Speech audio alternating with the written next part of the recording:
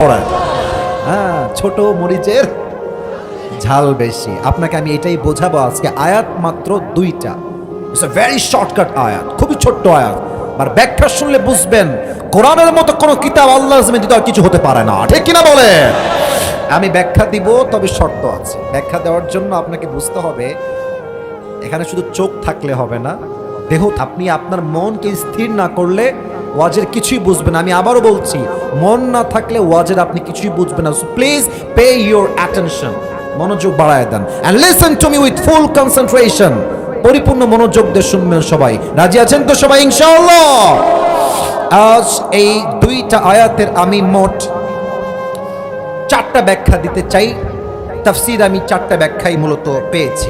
This is my knowledge, এটা আমার জ্ঞান এখানে এতটুকুই আছে।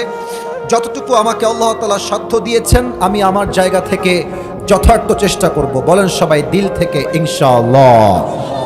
আসুন আমরা মূল তাফসীরের পয়েন্টগুলোতে ঢুকে যাই। আমরা আজকে কয়টা পয়েন্ট শুনতে চাই? আমার হাত দেখেন সবাই, বলেন সবাই কয়টা? চারটা। নাম্বার 1, আল্লাহ তাআলা বলছেন ফাইন্না মাআল উসরি ইউসরা, ইন্না মাআল উসরি ইউসরা। উস মানে হচ্ছে কষ্ট, আর ইউস মানে হচ্ছে স্বস্তি, পিস বা শান্তি, কন্ডোলেন্স এন্ড কনসোলেশন। ইউস মানে হচ্ছে স্বস্তি আর উস মানে হচ্ছে কষ্ট। তো খেয়াল করেন আয়াতের দিকে, আল্লাহ তাআলা বলছেন আগে কষ্টের কথা, ফাইন্না মাআল উসরি ইউসরা, কষ্টের সাথেই আছে স্বস্তি। তাহলে এখানে শব্দের দিক থেকে কষ্ট আছে আগে, স্বস্তি আছে পরে। কিন্তু এই আয়াতের দিকে আপনি যদি অ্যারাবিক গ্রামাটিক্যাল যে রুল আছে, গ্রামারের যেই নিয়ম আছে, ব্যাকরণগত যে দিকটা আছে, এই দিক থেকে খেয়াল করলে এখানে মূলত ইউস তথা স্বস্তি আগে, ওস তথা কষ্ট পরে।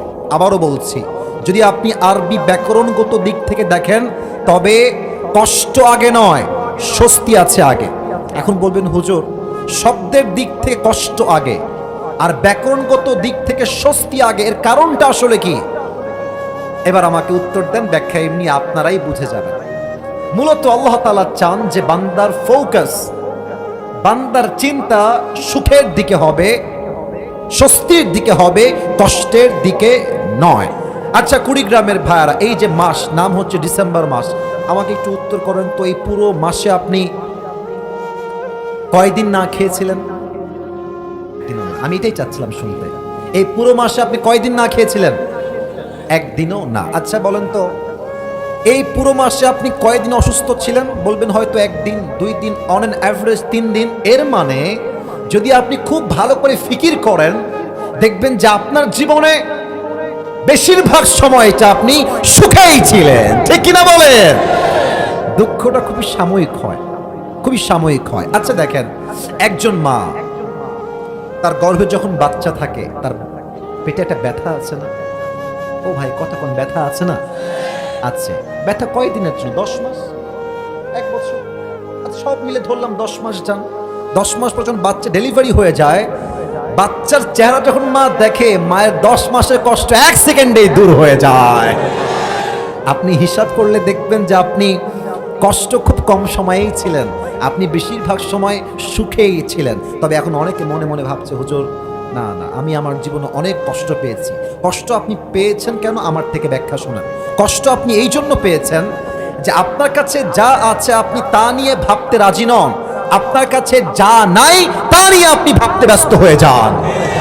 আচ্ছা আপনাদের কুড়িগ্রাম যে মেইন সদর থানা, ওখানে গেলে দেখবেন যে মাশাআল্লাহ বড় লোকের ছেলেরা, কারো কাছে আছে R15, জিক্সার, FZ, ফেজার, বাপ রে বাপ, প্রিমিও, এক্স করোলা, বিশাল দামি দামি গাড়ি, হ্যাঁ, নিশান, সিএইচআর। দেখলে মনে হবে ইস রে, আমি চান্দামারিয়া, আমি এই চিলমারিতে থাকি, আমার তো একটা বাইক নাই, সাইকেলও নাই, এত বড় লোক হয়ে গেল, এত টাকা এর কাছে আছে। খবর নিয়ে দেখবা পরিবারের শান্তি নাই, বাপও গাঞ্জা খায়, ছেলেও গাঞ্জা খায়। অথচ তোমার পরিবারে হয়তো বা তুমি বাইক নাই, হয়তো তোমার কাছে কোনো গাড়ি নাই, বাট তুমি তোমার মায়ের দিকে দেখবা, বাপের দিকে দেখবা, মনে হবে যে আমার 2টা জান্নাত দুনিয়াতে আল্লাহ আমাকে দান করে দিয়েছে, ঠিক কিনা বলেন? তোমার কাছে যা আছে তুমি তা নিয়ে ভাবো, যা নাই তা নিয়ে ভেবো না। আল্লাহর হাবিব কি বলেছে দেখেন, আল্লাহর হাবিব বলেছেন তোমরা যদি সুখের সন্ধান পেতে চাও, উনজুরু ইলা মান হুয়া আসফালা মিনকুম ওয়ালা তানজুরু ইলা মান হুয়া আ'লা মিনকুম। যে তোমার দিকে নিচের দিকে আছে তার দিকে তাকাও, যে তোমার চাইতে বেশি ধনী, যার অবস্থান তোমার চাইতে ভালো তার দিকে তুমি তাকাও না, ওর দিকে তাকাও যার কিছু নাই। তোমার মনকে সুখের দ্বারা ভরপুর করে দিবে একজন, তিনি কে বলেন তো? এখন গরমকাল না শীতকাল? বলেন না, গরমকাল না শীতকাল? দেখেন না আমার দিকে, দেখেন আমি কোটি পরে আছি, জুব্বা পরে আছি, আপনারা অনেকেই হুডি পরে আছেন, জ্যাকেট পরে আছেন। রাতের বেলা গিয়ে বাসায় কম্বল মুড়ি দিয়ে ঘুমান, ল্যাপ মুড়ি দিয়ে ঘুমান। যদি কখনো সুযোগ হয় রেলওয়ে স্টেশনে যাবেন, দেখবেন ছোট্ট বাচ্চা শুয়ে আছে, একটা সোয়েটার পরবে, একটা জ্যাকেট পরবে, একটা মাফলার পরবে, একটা চাদর পরবে, তার কাছে সে সামর্থ্যটাও নয় কুড়িগ্রামের ভাইয়ারা। তাকে দেখেন, দেখবেন যে আপনার মন বলবে যে যা, ওর তো চাদরটাও নাই, মাফলারও নাই, তুই ওর চাইতে হাজার হাজার গুণ বেশি ভালো আছিস, ঠিক কিনা বলেন?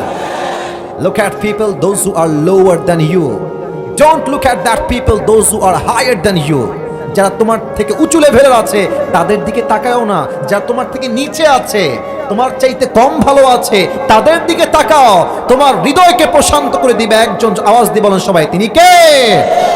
আল্লাহ আমার রব, এই রবই আমার সব। বলেন সবাই, আমাদের রব কে? আল্লাহ আমার রব, এই রবই আমার সব।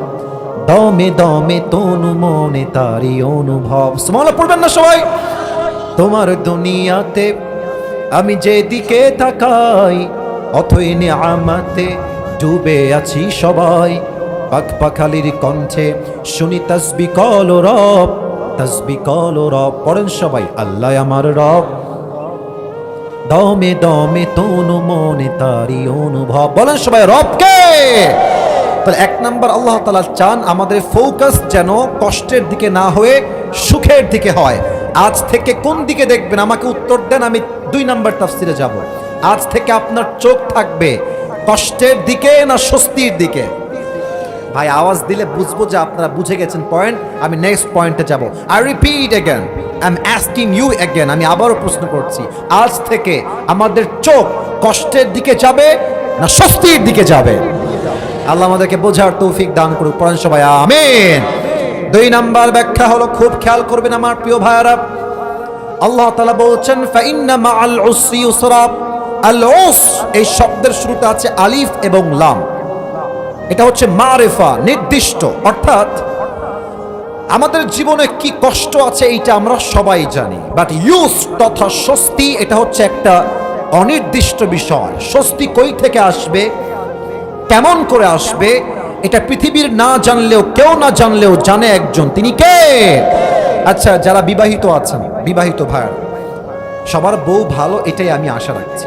তবে যার বউ খারাপ, যার বউ চরিত্রহীন, যার বউয়ের ডিমান্ডের কোনো শেষ নাই, একমাত্র সেই স্বামী বোঝে সংসার করতে কত জ্বালা পোহাইতে হয়, ঠিক কিনা বলে?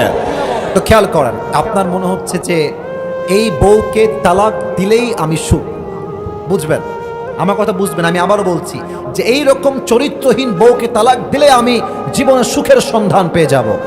প্রিয় ভাইয়েরা, আপনি যে তালাক তাকে দিলে স্বস্তি পাবেন, গ্যারান্টি কোথায়? আপনি আগামীতে যাকে বিয়ে করবেন সে যে ধোয়া তুলসী পাতা হবে তার কোনো গ্যারান্টি কিন্তু আপনার কাছে নাই, ঠিক কিনা বলে? আচ্ছা, আর একটু যুবক ভাইরা এবার আমার দিকে তাকাও। যুবক ভাইরা যারা আছো, এই 3 জন পিচ্ছে, এই পিচ্ছে, এই বসো, পিচ্ছি বসো। সোনামণি নতুন নাকি রে? খবরদার, বাচ্চারা উঠো না বাবুরা, আমাকে ঠান্ডা মাথায় তাফসীর করতে হবে। সবাই তাকবীর দেন, লিল্লাহি তাকবীর। আমাদের রংপুর তো আছে, আছে না? রংপুরের শহরে যাবেন, রাস্তা দিয়ে হাঁটতেছেন, ইউ আর মেন্টালি ফ্রি, কোনো টেনশন নাই, চাপ নাই, যাচ্ছেন রাস্তা দিয়ে, হঠাৎ করে এদিক সেদিক তাকাচ্ছেন, দেখছেন যে ওয়াও মাশাআল্লাহ সুন্দরী মেয়ে রাস্তা দিয়ে হাঁটতেছে, চোখ পড়ে গেছে, একবার দেখেছেন, চোখ নামিয়ে ফেলেছেন।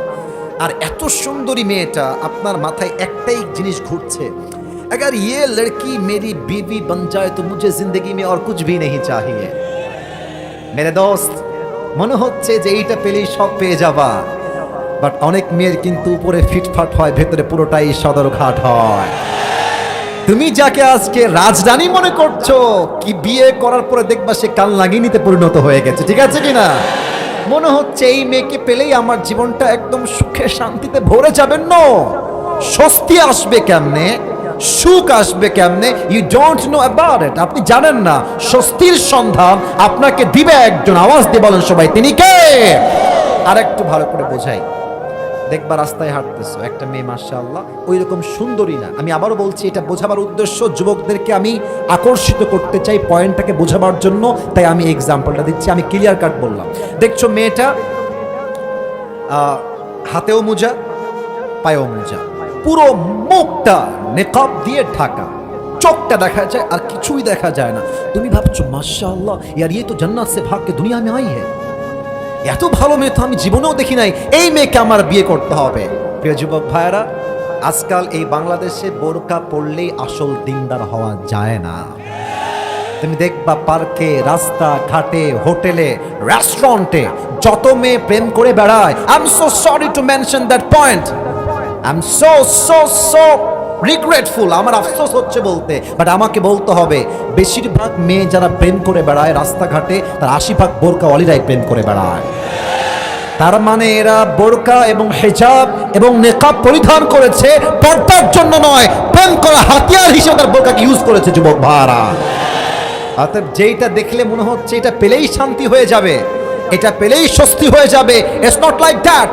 বরং তোমার স্বস্তি কই আছে, তোমাকে সন্ধান দিবে একজন, তিনি কে? আচ্ছা, আমার কথা কি বোঝা যায় না? আমি এমনি বলতেছি, বোঝা কি যায়? তাহলে আমাকে বলে দেন উত্তরটা। কষ্ট নির্ধারিত, স্বস্তি অনির্ধারিত। কষ্ট কি এটা আমরা জানি, যে বউ খারাপ, চাকরি নাই, জব নাই, ব্যবসা নাই, বরকত নাই, বউ নাই, বয়স হয়ে গেল, বউ পাই না, কষ্ট আমরা সবাই জানি। বা স্বস্তি কই থেকে আসবে, সুখের সন্ধান কই পাওয়া যাবে, এটা কেউ জানে না, জানে একজন, তিনি কে? 2 নাম্বার ব্যাখ্যা শেষ। 3 নাম্বারটা আরো অসাধারণ। আচ্ছা, এখানে অনেক যুবক, আমার আব্বা জানরাও বসে আছেন। আচ্ছা, মাঝে মাঝে দেখবেন যে কষ্ট এত বেড়ে যায়, মনে হয় যে আমি কষ্ট থেকে আর কখনো মুক্তি পাবো। মনে করেন যে মুরব্বী আব্বা জান, আপনারা আমার দিকে তাকান, মুরব্বীরা আর মায়েরা আমার দিকে তাকান। আপনার ছেলে এতটা বিগড়ে গেছে, গাঁজা খায়, সিগারেট খায়, সারাদিন বাইক নিয়ে টোটো কোম্পানির মতো ঘুরে বেড়ায়, মা মুরব্বী হয়ে গেছে, যুবক এত নষ্ট, এত জায়গায় প্রেম করে, নষ্টানি করে, মুরব্বী আব্বাজন চোখ দিয়ে পানি ছাড়ে আর কাঁদে, আর বলে, আব্বারে তুই কি ভালো হবি না? তুই কি কোনোদিন আল্লাহর রাস্তায় ফিরে আসবি না? বাপের কষ্ট। বাপ ভাবছে, ইস, আমার ছেলে মনে হয় আর জীবনেও ফিরে আসবে না, হয়তো আর জীবনে কখনো ভালোই সে হবে না, হয়তো আমি সন্তানের জন্য জাহান্নামী হয়ে যাব। আল্লাহ বলছেন না না না। এখানে দেখেন, আয়াতটা লক্ষ্য করবেন, এখানে অনেক মাদ্রাসার ছাত্ররাও আছেন, আমার কথা ভুল হয়ে তারা বুঝতে পারবে, আমার কথা ভুল হয়ে যায়। এখানে আল্লাহ তাআলা বলেছেন যে ইন্না মাআল উসরি ইউসরা। আই রিপিট এগেন, শব্দের শুরুতে আছে ইন্না। কুড়িগ্রামের ভাড়া, এটা আমাকে রিপিট করে বলতে হবে উত্তরে। শব্দের শুরুতে কি না? আবার বলেন, কি না? ইন্না হচ্ছে আরবিক গ্রামাটিক্যাল রুল অনুযায়ী এটা হচ্ছে হুরুফে মুশাব্বাহা বিল ফাইল। এটা এমন একটা হরফ, এটা যেই বাক্যের শুরুতে আসে, যত সন্দেহ আছে সব সন্দেহ দূর হয়ে যায়। এর মানে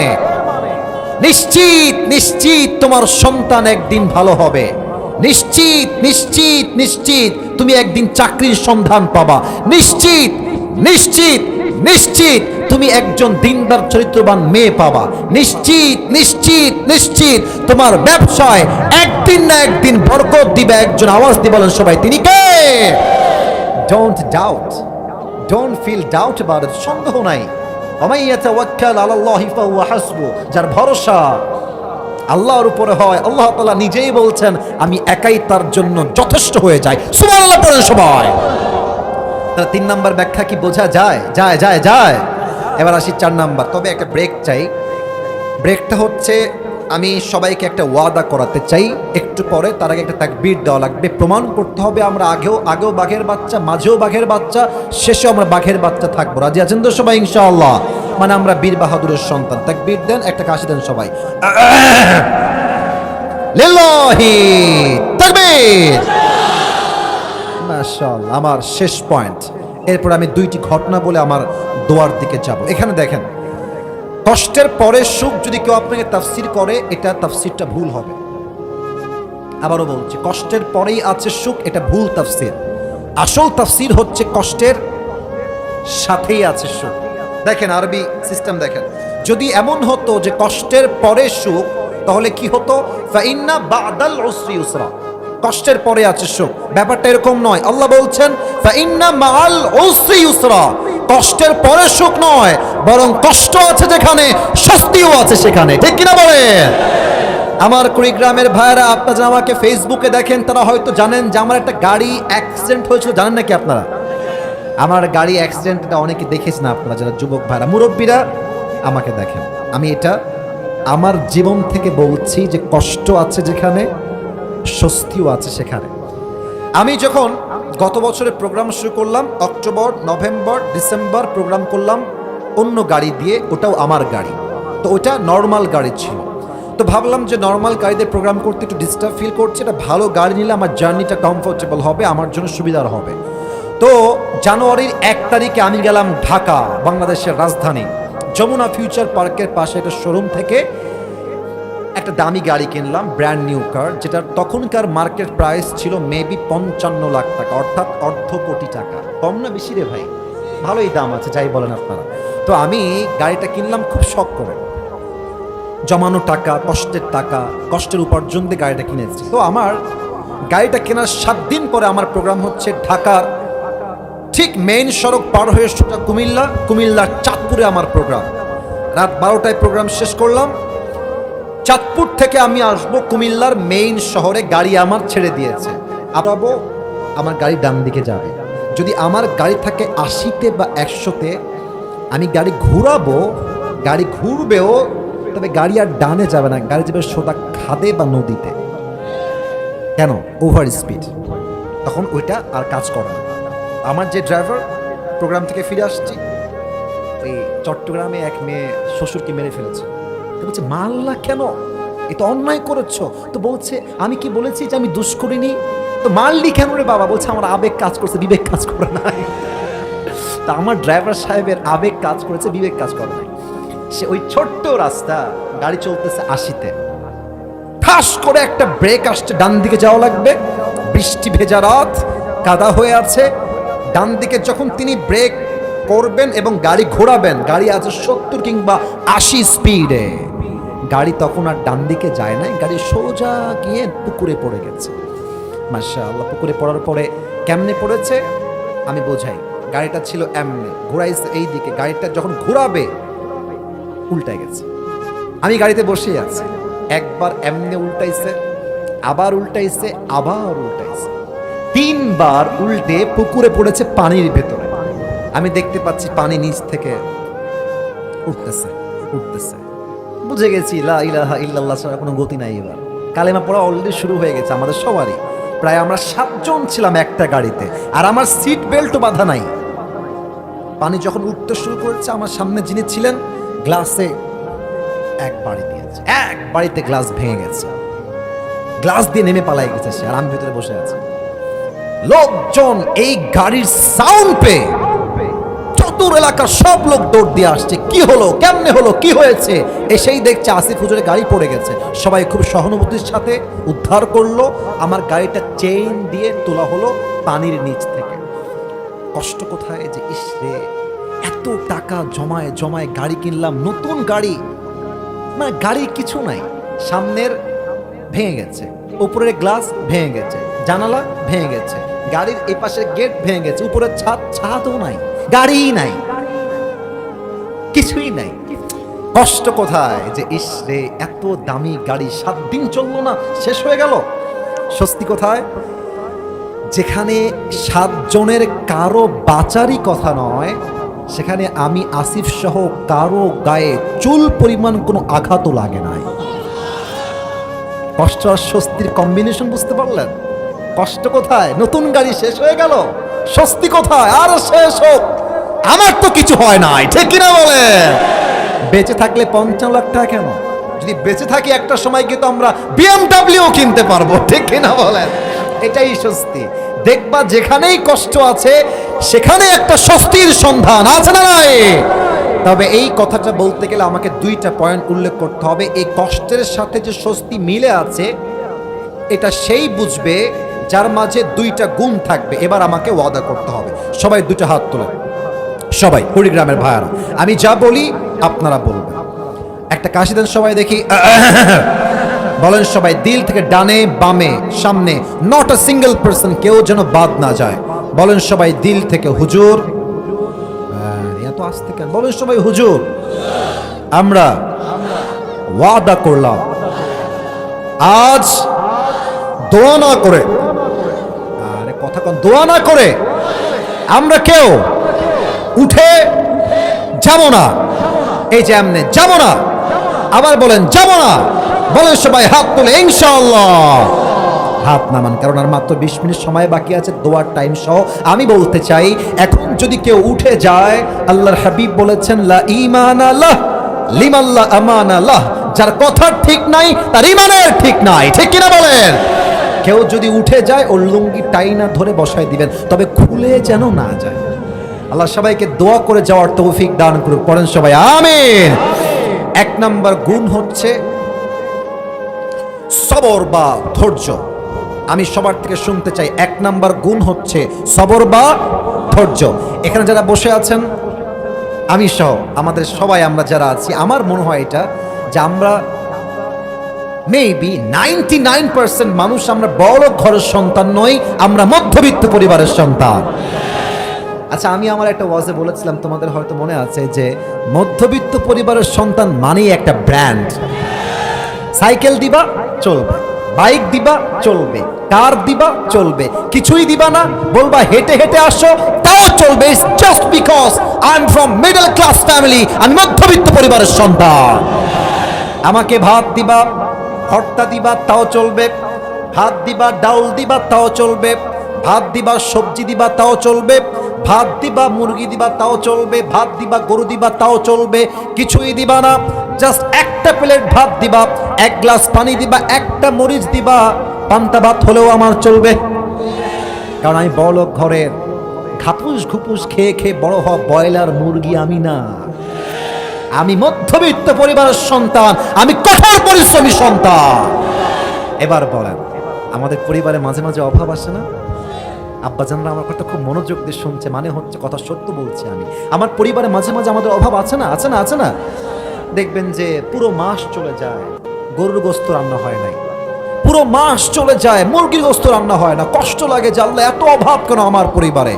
এবার আমাকে জবাব দিবেন, কিছু হাদিস থেকে প্রশ্ন করছি, আই হোপ আমি সঠিক উত্তর পাবো। বলেন তো, আমার নবীর পুত্র সন্তান মোট কয়জন ছিল? আমি হাত দিয়ে দেখাচ্ছি কিন্তু, 4 জন।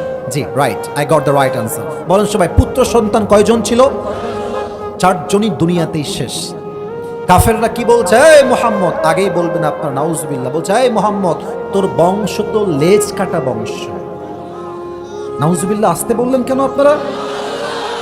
ইস, নবীজি বলছে কেন আমার বংশ লেজ কাটা কেন?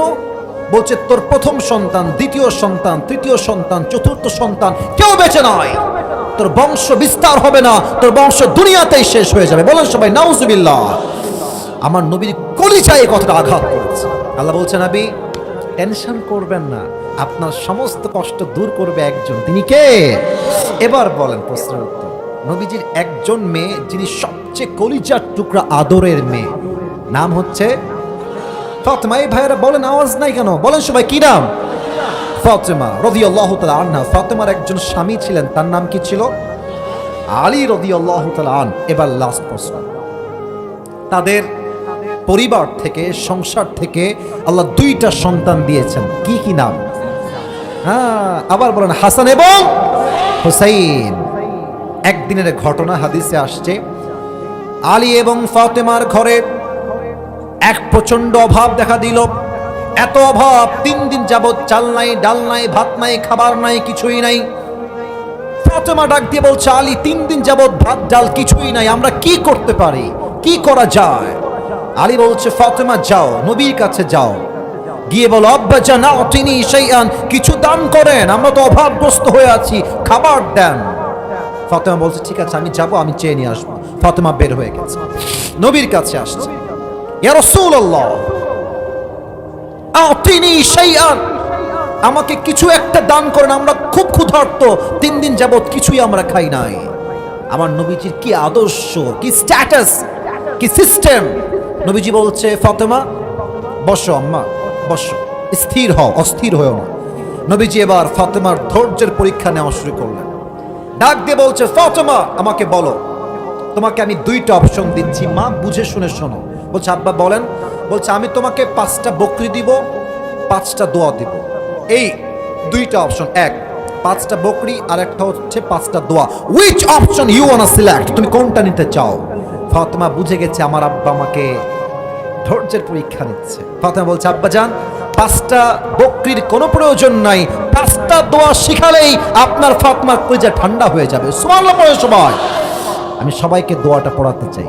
আমি জানি এখনই মুখস্থ হবে না, বাট ক্যামেরায় কালকে আপলোড হয়ে যাবে, সবাই মুখস্থ করবেন, সবার কাজে দিবে। আগে আমার সাথে পড়েন, দেখি, দেখবো আপনার জোর কত বেশি আছে। পড়েন সবাই, ইয়া আউয়ালাল আউয়ালিন, ইয়া আখিরাল আখিরিন, ইয়া যাল কুওয়াতিল মাতিন, ইয়া রাহিমাল মাসাকিন। এই 4টা শব্দ হয়তো কঠিন লেগেছে, বাট শেষের শব্দটা very easy, it's too much easy, very easy. সবাই দিল থেকে পড়বেন, সবাই পড়েন, ইয়া আরহামার রাহিমিন। এই 5 শব্দের দোয়া যে বান্দা অভাবে, কষ্টে, দুঃখে, আবারও বলছি, অভাবে, কষ্টে, দুঃখে, হতাশায়, বাসায় চাল নাই, ডাল নাই, হাতে টাকা নাই, ব্যবসায় বরকত নাই, জমিতে ধান নাই, মাছ নাই, অভাব, অভাব আর অভাব, এই 5 শব্দের দোয়া যেই বান্দা আমল করবে, আল্লাহর হাবিব নিজেই গ্যারান্টি দিয়েছেন তার সমস্ত অভাব দূর করার দায়িত্ব আল্লাহ নিজ হাতে নিয়ে নেবেন। এই 5 শব্দের দোয়া সবাই পাঠ করবেন। ফাতেমা দোয়াটা শিখে বাসায় চলে আসছে। ওইদিকে Hasan, Hossain, Ali, they were waiting for the food, সবাই অপেক্ষায় আছে, খাবার নিয়ে আসবে মা, আমরা সবাই খাবো। আলী দেখছে দূর থেকে ফাতেমা আসছে, ফাতেমার এই হাতেও কিছু নাই, এই হাতেও কিছু নাই, 2 হাত ফাঁকা। ফাতেমা যখন দরজার কড়া নেড়েছে, আলী গেট খোলেন, গেট খুলে বলছে, তোমার হাতে খাবার কোথায়? আমি ক্ষুধার্ত, আমার সন্তানটা ক্ষুধার্ত, খাবার কোথায়? তোমার হাত তো খালি। ফাতেমা ডাক দিয়ে বলছে, আমার হাত যদিও বাহ্যিক দৃষ্টিতে খালি মনে হচ্ছে, হে আলী, যাহাবতু লিদ-দুনিয়া ওয়া জিতু বিল আখিরাহ, আমি আল্লাহর হাবিবের কাছে দুনিয়া চাওয়ার জন্য গিয়েছিলাম, আমার হাবিব আমার 2 হাত ভরে আখিরাত দিয়ে ফেরত পাঠিয়ে দিয়েছে। কোন সুবহানাল্লাহ। আমি দুনিয়া পাই নাই, আখিরাত নিয়ে আমি ফেরত আসছি। আলী বলছে, তোমার কথা বুঝে গেছি, বাট সন্তানগুলো ক্ষুধার্ত, আমিও ক্ষুধার্ত, আমার খাবারের বড্ড প্রয়োজন। এবার আলী জামাই দৌড় দিয়েছে শ্বশুরের কাছে। শ্বশুর বুঝে গেছে তারা খুবই ক্ষুধার্ত। আসলে আলী এসেছে, বলছে, এদিকে আসো, এদিকে আসো, এদিকে আসো, বসো। যখনই, আচ্ছা ঠিক আছে, বুঝে গেছে, শেষ কথা বলে দিতে হবে। যখনই চলে আসছে, এসে বলছে, নবী হে, 3 দিন যাবত না খাওয়া, আমাকে কিছু খাবার দেন। তিনি সেই আন। নবীজি বলছেন, শোনো, 2টা অপশন দিব। বলেন সবাই, কয়টা? আমার সময় কম, আমাকে শেষ করতে। বলেন সবাই, কয়টা? 1, তোমাকে আমি 5000 বকরি দেব। কয় হাজার? আবার বলেন সবাই, কয় হাজার? আর 5টা দোয়া শিখাতে চাই। তুমি কোনটা চাও আলী? আলী বুঝে গেছে আমার শ্বশুর আমাকে ধৈর্যের পরীক্ষা নিচ্ছে। আলী বলছে, আব্বা জান, দোয়া দেন, আমার বকরির দরকার নেই, দোয়া দিলে আমি খুশি হয়ে যাবো। সুবহানাল্লাহ পড়বেন না আপনারা? নবীজি আবার তাকে সেই দোয়া শেখালেন। তিনি দোয়া শিখে ফিরে আসলেন। হাদিসে আসছে, ভেরি শর্টকাট ওয়েতে বলছি, স্বামী এবং স্ত্রী 2 জন মিলে 5 শব্দের দোয়ার আমল শুরু করলেন। আল্লাহর হাবিব বলেছেন, এই 5 শব্দের দোয়ার বিনিময়ে আলী এবং ফাতেমাকে আল্লাহ তাআলা এত রিজিক দিলেন, তার কল্পনাই করতে পারলো না। সুবহানাল্লাহ। তাহলে 1 নাম্বার, ধৈর্য ধারণ করবেন যত কষ্টই আসুক। 2 নাম্বার কথা বলে শেষ করছি, তাওয়াক্কুল, আল্লাহর উপরে ভরসা। ভরসাটা কেমনে করবেন? মনে করেন যে আপনার বাড়িতে মাত্র 5,000 টাকা আছে, আপনার লাগবে 50,000 টাকা। 1, আপনি সর্বোচ্চ চেষ্টা করবেন টাকা কামানোর জন্য। 2 নাম্বার, ভরসা রাখবেন, আমার যত কষ্টই আসুক, যত দুঃখই আসুক, সমস্ত কষ্ট, হতাশা, অভাবকে দূর করবে আমার রব। আওয়াজ দিয়ে বলেন সেই রবকে। আল্লাহ তুমি সবাইকে সবরে জামিল দান করো এবং সবাইকে তোমার উপরে ভরসা করার তৌফিক দান করো। পড়েন সবাই আমিন।